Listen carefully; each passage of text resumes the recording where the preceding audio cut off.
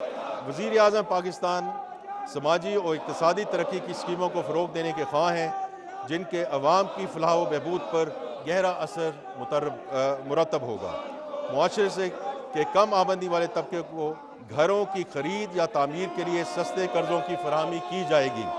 اس scheme سے کئی شعبوں میں معاشی سرگرمیاں آگے بڑھیں گی اور ہنرمندوں کے لیے نئے روزگار پیدا ہوں گے۔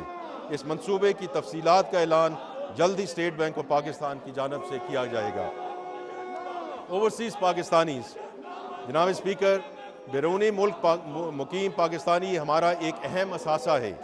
جیسا کہ میں پہلے ذکر کر چکا ہوں، ہمارے بیرون ملک مقیم بہن بھائیوں نے موجودہ مالی سال کے پہلے 10 ماہ میں 31.2 ارب ڈالر کی ترسیلات زر پاکستان بھیجی ہیں، جو کہ پچھلے سال کے مقابلے میں 31% زیادہ ہے۔ یہاں پہ یہ بات قابل ذکر ہے کہ پچھلے 2 سالوں میں ترسیلات زر کے حجم میں 10 ارب ڈالر کا اضافہ ہوا ہے، جس کے لیے ہم اپنے بیرون ملک مقیم پاکستانی بہن بھائیوں کے تہہ دل سے شکر گزار ہیں۔ اس سے کرنٹ اکاؤنٹ میں بہتری آئی۔ ہماری حکومت بیرون ملک پاکستانیوں کو مزید سہولیات دے گی تاکہ وہ ملک کی ترقی میں اپنا فعال کردار ادا کرتے رہیں۔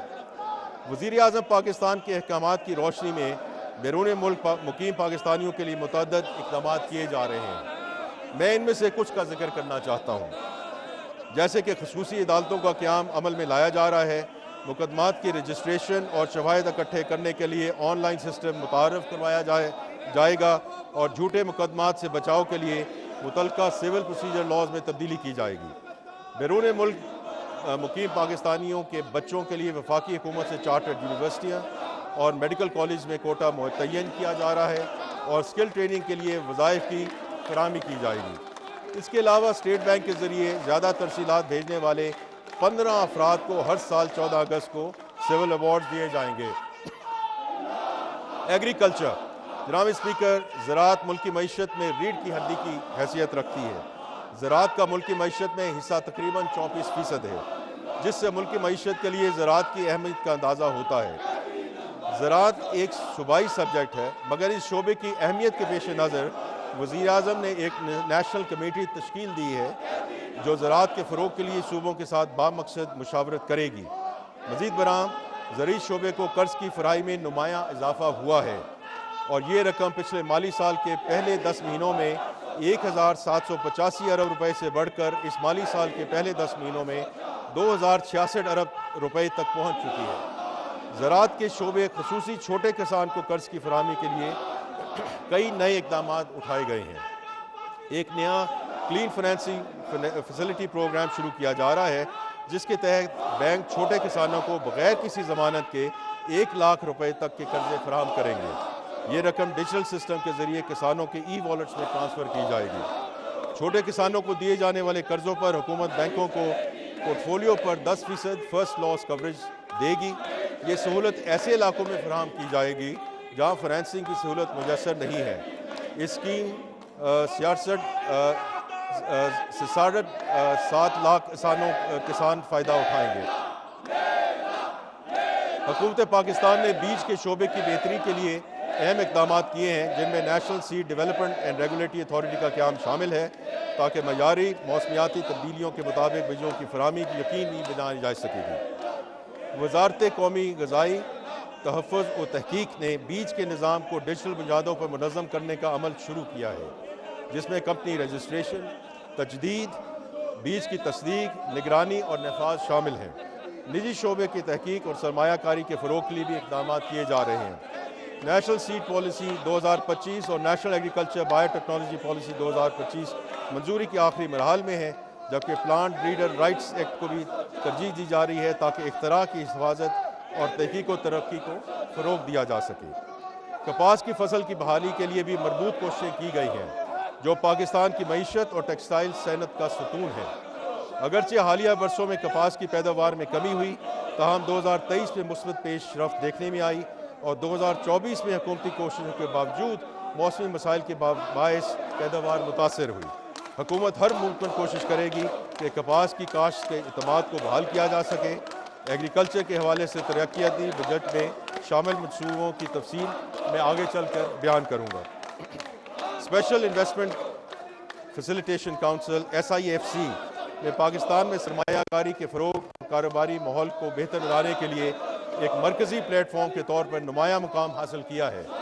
اس کونسل کے تحت توانائی، معدنیات، زرعی کاروبار، IT، فن ٹیک، انفراسٹرکچر، افرادی قوت کی ترقی اور سیاحت سمیت مختلف شعبوں میں 100 سے زائد اسٹریٹجک گرین فیلڈ اور براؤن فیلڈ منصوبوں کو تیز رفتاری سے آگے بڑھایا گیا، جس کے نتیجے میں مالی سال 2024-25 میں براہ راست غیر ملکی سرمایہ کاروں میں نمایاں اضافہ ہوا۔ نجکاری اور پبلک پرائیویٹ پارٹنرشپ اور نجی شعبے کے فروغ میں بھی SIFC نے اہم کردار کیا۔ بین الصوبائی اور بین الوزارتی روابط میں بہتری اور غیر ضروری ضابطہ جاتی رکاوٹوں کے خاتمے کے باعث SIFC نے سرمایہ کاروں کا اعتماد بحال کیا، نقل و حمل اور لاجسٹک کا نظام بہتر بنایا اور مالی سال 2025-26 کے لیے برآمدات پر مبنی صنعتی ترقی کے ایجنڈے کی مضبوط بنیاد رکھی۔ جناب اسپیکر، یہ بجٹ ایک کمپیٹیٹیو اکانومی کے لیے ترتیب دی گئی حکمت عملی کا آغاز ہے جو برآمدات کو بڑھائے گی، زر مبادلہ کے ذخائر میں اضافہ کرے گی تاکہ ادائیگیوں میں عدم توازن سے بچا جا سکے اور ساتھ ہی ساتھ اکنامک پروڈکٹیوٹی کو فروغ دیا جا سکے۔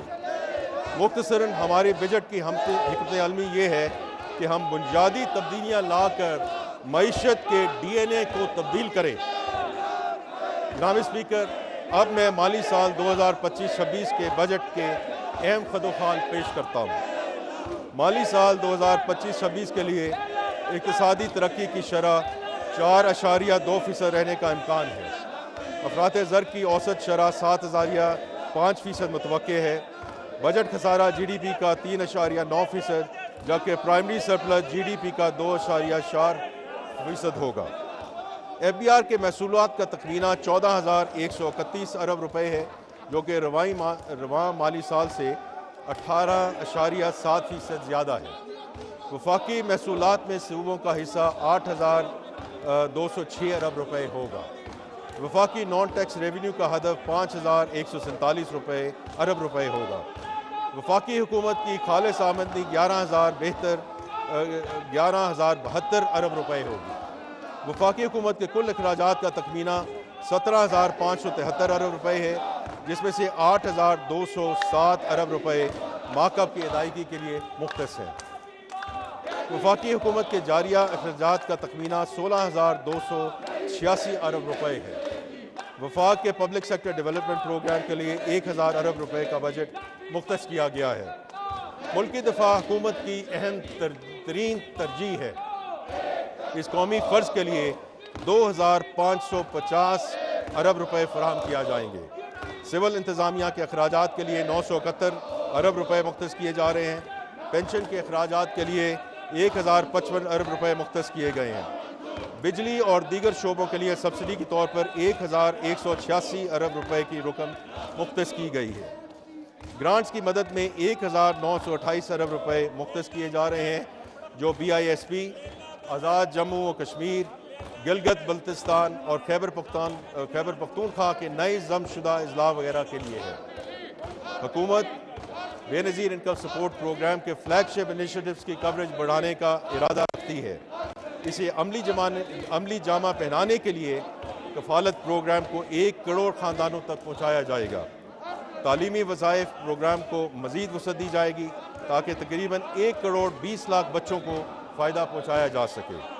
اگلے مالی سال میں BISP کے لیے 716 ارب روپے مختص کرنے کی تجویز ہے، جو کہ پچھلے سال کے مقابلے میں 21% زیادہ ہے۔ جاریہ اخراجات سے آزاد جموں کشمیر کے لیے 140 ارب روپے، گلگت بلتستان کے لیے 80 ارب روپے، خیبر پختونخوا کے لیے ضم شدہ اضلاع کے لیے 80 ارب روپے اور بلوچستان کے لیے 18 ارب روپے مختص کرنے کی تجویز ہے۔